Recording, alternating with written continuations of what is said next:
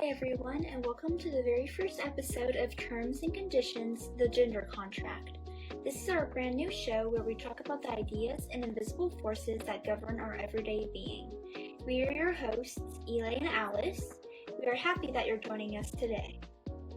We're going to dive into the default settings of society. This first episode is a foundation for understanding how the world gently or not so gently tells us who to be.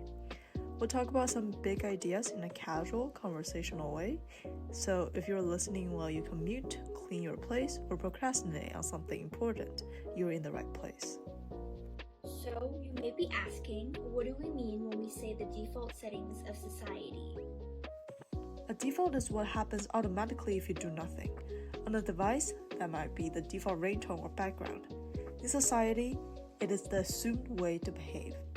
The default setting of society, then, is a rule or expectation, or a set of them, that feel so normal that we barely recognize them as rules. These include commonalities like what professional clothing should look like, who's expected to speak first in a meeting, and who's expected to do more housework. It also goes all the way down to more specific, implicit issues, such as girls are expected to have longer hair and boys shouldn't cry. The tricky part is that defaults don't announce themselves. Actually, it's worse than having to accept unfair terms and conditions in applications or web pages because, unlike them, the defaults of society don't have a pop-up window when we're born that at least informs us to click accept and continue. They are stealthy, and we inherit them the way we inherit our cultures. They tend to show up on different levels too, so not just in your head, but in everyday interactions, in school, in workplace, even in laws. Sometimes people categorize them into micro, meso, and macro levels. Don't worry, let's break these down in human words. So, micro is the tiny everyday stuff, like who usually speaks first, who is taught to use more softeners like sorry to bother you or I could be wrong, or who offers comfort. Like when there's a weird awkward silence after someone makes a comment, you can almost predict who is going to laugh it off and change the subject and say, anyways. It's often a woman or a more marginalized person who tries to smooth it over and does the social cleanup. It can also be emailing your professor or your manager. Usually women take on this role. Now, why is this a problem and not just a simple habit? This means certain people are doing extra, unpaid emotional work all the time, like managing awkward silences, managing other people's feelings, and managing the tones of conversations. It more or less trains everyone to see women or marginalized members of the group as a supporting role. It causes women to have less space to be bold, to take credit or risk, while those who don't have to worry about smoothing over the circumstances can jump straight to big ideas, opinions, and quote-unquote leadership. Over time, these micro-level patterns add up, which is why we see a discrepancy in perceived credibility between the two genders, why we see social labels of women being soft and men being confident and strong, etc. This evolves into a baseline over time, and we hear things like women are naturally better caretakers than men, while nothing biological has proven it. When women no longer want to do this social and emotional labor, they suddenly become rude or cold or unfriendly, irresponsible or hard to work with.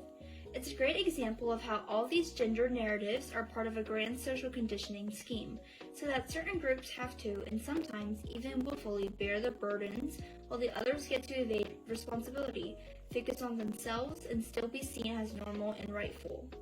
The meso level of defaults then is the middle layer, like organizations, workplaces, or schools. Take workspace professionalism, for example. What counts as professional clothing, professional tone is vastly different for women and men. Like when people say, it's unprofessional and disrespectful to others for women not to wear makeup. I always want to ask, unprofessional for whom?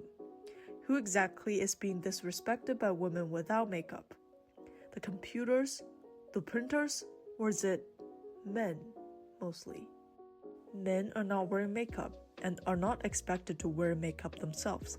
So part of what we call professional is actually women should modify their faces so that other people, essentially men, have something polished and pleasant to look at all day. It really is about presentation for someone else's comfort. women get nothing beneficial from it, and it is a double standard. It's the same thing as high heels, which are said to be looking more professional. Then, women should rearrange their bodies into a more visually pleasing shape, even if it hurts, even if it's bad for their knees, for other people to look at. It doesn't help them type faster or think more clearly. Men are not told to wear shoes that damage your joints or are being disrespectful to your women counterparts. So there's this weird double standard where women have to invest time, money, and physical comfort just to reach the baseline of put together, while men can roll in with a clean shirt and a haircut, sometimes not even these, and be fine. In our society, we don't say we expect women to be decorative for the male gaze at work. Instead, we say we value professionalism and polish. Then we've got macro, the big stuff, like institutions, cultures, policies, laws and regulations, media representation, etc. These things woven together tell us what a normal life should look like. Who should marry whom? When should you have kids? What should a good mother or a good father look like? This is where we get the default script. We grow up, most of the times expected to date someone of quote-unquote the opposite gender, get married with them, have kids, buy a house, stay together forever. And if you dare to deviate from that at any point, especially for women, there's a little alarm in people's head that goes off, and you will find yourself disapproved and not accepted in many ways. The alarm isn't just personal bias, however. It's supported by laws and policies. For example, a lot of countries have tax benefits, immigration rules, or healthcare around a very specific idea of family, usually a married, heterosexual couple with children. That doesn't mean other families don't exist, but this specific type of family is the default, and everything else is extra paperwork and risks, and often with fewer benefits. In the context of this default family, then, women are expected to have children and step back from work to take care of them, or at least be the one who bends her life around everybody else's schedules. It requires her career to be more flexible. Like when a heterosexual couple has a baby, the question is, so is she going part-time? Instead of, is he stepping back down from work for a few months or years? Women who take maternity leave usually come back to work finding their space taken or their role filled. They often become marginalized and end up having to leave their position. Because of this, lots of employers tend not to hire women in the first place. Then the media comes in as a storyteller. TV shows, movies, ads, and even children's books repeat the same patterns. The more explicit ones are self-explanatory, such as sexualizing women's bodies. In teen shows, girls are sometimes styled and framed in ways that are more sexual and mature than their age. On the other hand, there's the quieter and more implicit stuff, and that might be actually more powerful because it subconsciously defines how people think. The media, for example, shows again and again what women and men should be like. Mom is always the one making dinner, and dad is always bad with feelings, but great at work and earns a lot of money. Boys dream about a big career. Girls dream about love, being prettier than they are, and a beautiful wedding. Another example is the Bechdel test, where a piece of media passes the test if two female characters have a conversation with each other about something other than a man. Many well-known and well-loved movies do not pass this test, such as the Lord of the Rings trilogy, some of the Harry Potter films, and many movies made by Disney. The male character is usually the hero, while the female is the love interest. It's an embodiment of social conditioning, and it often comes at a young age. Like the prince is always rescuing the princess who sits passively waiting for true love. These tiny, repetitive, sometimes even boring details cast people into gender roles, and we learn from them as we grow and mature into who we are now.